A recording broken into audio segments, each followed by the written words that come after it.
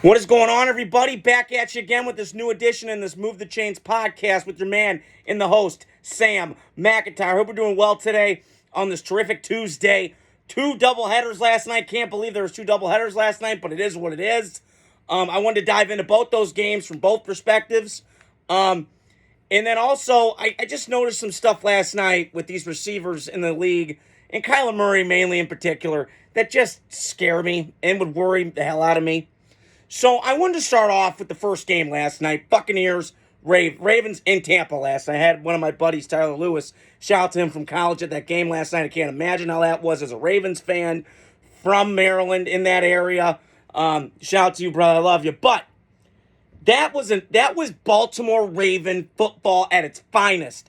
Run the ball down Tampa Bay's throat, even with Vita Vea in there last night. When I've seen it over the years, it's hard to run on Tampa, especially when that big hoss, 350 pounds of space-eating defensive tackles in there for that defense. Now, they ran the football last night. Derrick Henry might be the best addition this offseason. Write it down. Max Lawson, shout out to you. Your Ravens stole him. Suck it, Jerry. You didn't get him. You should have. But last night, to me, if this continues for Baltimore, now, again, they got to release some demons from the past. Mainly last year's AFC Championship game, which they should have won, by the way, but whatever, it is what it is. This formula works. Run the football, control the clock, and then that play-action game with Lamar gets going. Rashad Bateman balled out last night. I loved him coming out of Minnesota a couple years ago in that 2019 fluke year with PJ Fleck. Roll that boat at Minnesota. So, great win for the Ravens last night. They're elite, man. That team. Now, again, I worry about the Marlon Humphrey injury, especially when they said on the broadcast last night when they go three wide receiver sets. He's their guy. He can lock down corners. He's had great interceptions this year and one against my Raiders in the week 2. And which seems like a crazy memory ago. And then he had 2 last night that were just incredible plays. The first one, Baker. I love you, Baker. I've been told you're my doppelganger. What the fuck are you doing? What are you doing? My dad and I are like, hey. Oh, my don. Mamma mia, pizzeria. What are we doing here? You got to get down there. You got to just throw it away, Baker. Live to see another day. And then the second one was just great. I mean, that was just pure ball hawking style of defense right there. Shades of Ed Reed. So, last night, Baltimore, to me, proved to me, if they continue with this formula, watch out, AFC. Because, and there's one team that's in their fucking way, and it's those goddamn Chiefs with the fucking Florida State shit, the Chiefs. Chase Mathis, you know what I'm talking about. Shout out to you. So, that was on the Ravens side. I want to flip it over to Tampa last night. So, started out hot last night. 10-0. I'm sitting there in my head going, holy shit. Got a blowout. Here we go. And then Baltimore won that avalanche last night. Tampa Bay just could not recover. They cannot get their footing again. And then obviously the 2 injuries happened with Chris Godwin and Mike Evans.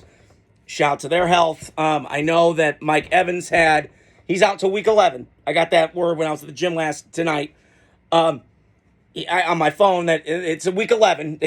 So it's not the end of the season injury for Mike Evans, but it's a little bit. You got 4 weeks to kind of, just kind of scrape by, get what you can out of this. And then you got to kick it in a hyperdrive. Now Mike Evans comes back, you get a bye week, and then you get going a little bit. But Chris Godwin, I'm not sure, because to me, he's their slot guy. He's their most dependable guy on third down to go to for Baker Mayfield, and obviously Tom Brady when he was there, and then obviously Jameis Winston before that. So you've got to have both those guys. Now, who's more important? Well, that's a great question. I would argue Mike Evans just a little bit with that body frame, that 6'5", 231 size frame mobility, the size frame matchup. He's a mismatch for any corner in this league. And it's hard to put safeties on him. He reminds me of when Kyle Pitts was at Florida, even though the career has not panned out the way I thought it was. But when I watched him against Georgia, and Georgia's got NFL bodies everywhere, I remember sitting there in my head. I was working at Lowe's at the time, and I sat there going, what the fuck is this unicorn? God damn. And he was burning corners and all this shit.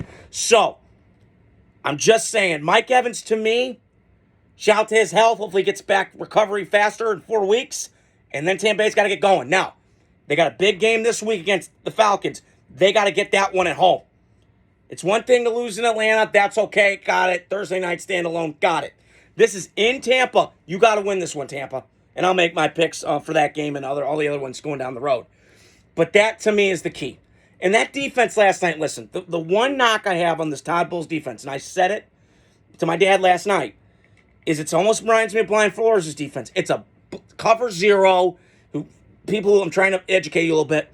It's a cover zero, attack all the blitzes, and then try and just befuddle these quarterbacks.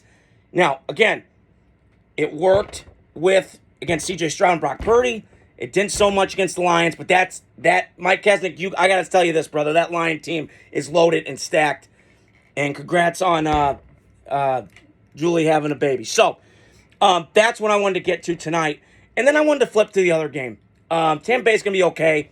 Just to recap, Baltimore's elite. Tampa Bay's a playoff team. It was just a bad game last night. It just snowballed. Baltimore does that to everybody. The one thing I will say that I think is puzzling, especially when Lamar's 22-1 against the NFC, which is crazy to me. They have beat the shit out of Seattle last year. They beat the shit out of Detroit.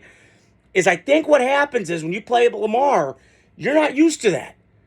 That's like that. It's like Army Navy when you're playing that triple option. You never seen it. And then when you see it, okay, now if you play again against Tampa, i.e. a Super Bowl match, I'm just throwing a hypothetical out, then maybe Todd Bowles can go back in that lab and go, okay, this is what we got to do better. This is what we got to do to kind of befuddle him a little bit. So I wanted to flip over to the Chargers-Cardinals game last night. Now, again, I'll go back tomorrow and watch the game. I didn't have ESPN Plus. Sorry. Doing too much. Too much streaming shit to catch up with. But I had two takeaways. My first is with the Chargers. What are you doing? Am I watching like Matt Stafford 2.0 in Detroit? It really feels that way. I'm really starting to see it. He puts up a lot of yards, a lot of numbers, but doesn't win it. Now, can I blame this on Herbert last night? I don't know. He threw for 3.5 football fields. There's got to be something going on. He's got guys dropping balls left and right. He's putting it in the positions the guys to catch it. Now, if I'm the Chargers at the deadline, you better make a move at receiver because you got to get somebody in there. Now, Ladd McConkey, I think will catch on, from Georgia. He's a good player who they got in the draft. Quentin Johnson, to me, that early, the first couple weeks, I'm like, he's a changed guy. He looks good, and then I don't hear from him. Is he MIA? Is he like Mike Williams 2.0 where he gets hurt, but he's talented? I don't know. And then, they got Will Dissly. Good God, the Seattle rechecked. He caught 80 yards last night. So, again, I just feel like with the Chargers, what are we doing? Come on, man. Help this kid out. I feel like I'm watching the same movie again. It happened with Rivers, and it's now happening with Herbert. Now, Herbert is 10 times more talented than Philip Rivers, no question about it.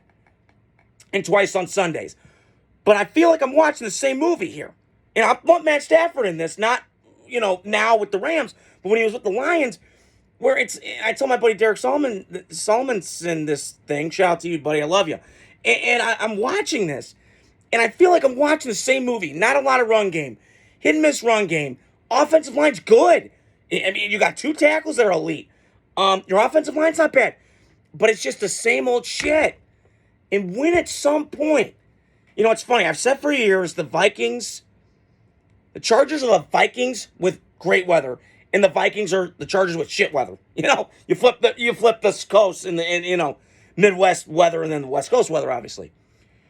But I got to be alarmed. Chargers need to make a move at the deadline. Now, I will say this. Their schedule, there's still a lot of season left. I'm not counting them out. They got the right coach for Justin Herbert, finally. After that Brandon Staley nonsense and then the Anthony Lynn stuff. They have a coach now. You had to pay big bucks for a big-time coach, and they did that. And they got their tackles right. They got the pieces there. You just got to put it all together for Herbert because I think that kid is special. I was sold on him that first year, his rookie year. Obviously, most people were sold on with him against Kansas City, obviously, when he knew 5 minutes before the game he was playing. But it was, to me, the Tampa game that year in Tampa. Now, they blew the game, obviously charging. But the way that he was playing that game, Todd Bowles, and I mentioned this before with Tampa Bay, they're a blitz-happy, cover zero defense, throw the kitchen sink at you. And sometimes it works, sometimes it doesn't. And it did not work that day for Tampa because Herbert was just boom, boom, boom, boom, boom, slicing, dicing. seam routes, kill shots down the middle, bombs away. So, message to the Chargers, go get a receiver, go get Herbert some help. You need a dog right now. You need a guy. If I'm in the draft, there's a couple guys that I'm looking at. And it's Ohio State kid I would take if I'm the Chargers, or you got to get some weapons. Because I know Harbaugh, he's old school. He said offensive linemen are a weapon, okay? Are weapons. And that's a good thing. You got your tackle solidified. Now go help Justin Herbert and get him some help. So on the other side last night, Arizona won shockingly. But I'm starting to see a pattern with this team. They're this. Now, I will say I've been very critical of Kyler Murray. And listen, do I think you can win a Super Bowl with him? I do not. I can't see them doing that with him. I think at some point you got to cut your ties. I'm not sold on him, okay? I'm not disputing the talent. He's like Lamar a little bit, where you run and he's been banged up and all this. But I get a lot more of the person with Lamar, he's focused and he cares and he gives a fuck. And Kyler's just... I just with Kyler, why can't you grow the fuck up? This is a franchise quarterback, and you're not acting like it, little munchkin land, little bitch. You got to show up. And last night, this whole thing with Marvin Harrison fascinates me. Okay.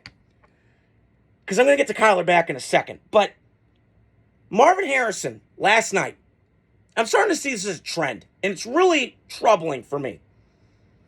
Is that when you don't get your receivers the ball, i.e. George Pickens, Shitbird, DK Metcalf, Terrell Owens Light, who almost looks exactly like him, Shitbird, and then this guy, Shitbird. Now, he's not on the Shitbird category, trajectory, but it's sure damn near looking like it. So, Kyler, get this fucker the ball. Get him the ball. Often and early. I'm telling you. You drafted this kid to do that. Now, the one knock I have on Marvin Harrison, and I'm going to give you an experience here that I had. And most people that know me, I went to the Combine last year, the first time in my life. Grand old time. I lost my voice. I was screaming. I was yelling. I was hooping and howling. Whoa, whoa, whoa. But I noticed something. That Marvin Harrison didn't do shit at the Combine last year. Excuse me. And that was alarming to me. Because I had heard from people that, like Louis Riddick and the guys that I listened to, said that he was not a burner. Okay. But everything else checked the box. The route running, everything else.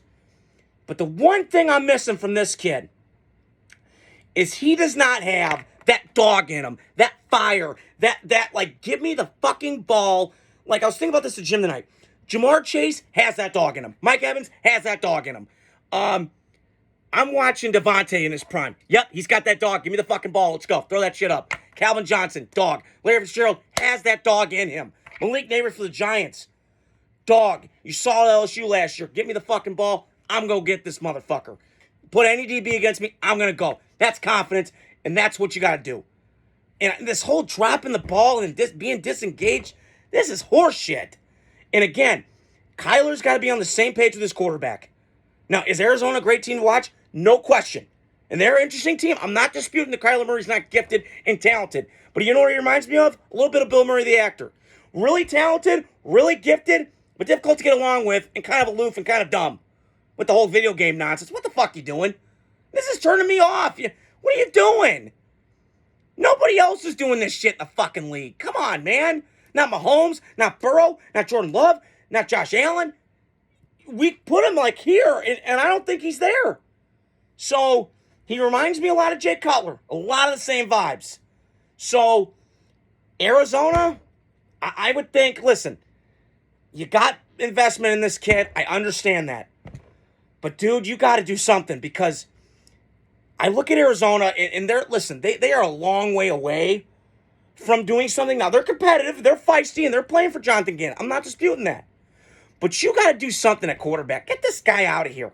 Get him out. Just draft a new one. It's time to move on. Get somebody new. Because as long as you got this guy at quarterback, you're going to be where you've been. Which is interesting, but nothing. It's a lot of stuff. A lot of splash. But it's not a lot of sizzle. It's a lot of sizzle, but no, where's the substance? Like, where's the meaning to it? I don't see it with Arizona. So, we got to see how the season plays out. But after last night, and I'll go tomorrow and watch the whole game and give my thoughts for me. But I just want to get on here tonight. Like always, hit the like, subscribe, share button. Share to your friends. And I'll be coming out more videos this week for you guys. I know you guys like and love my content. And hope you guys have a great, terrific Tuesday night. And hope to hear from you guys soon.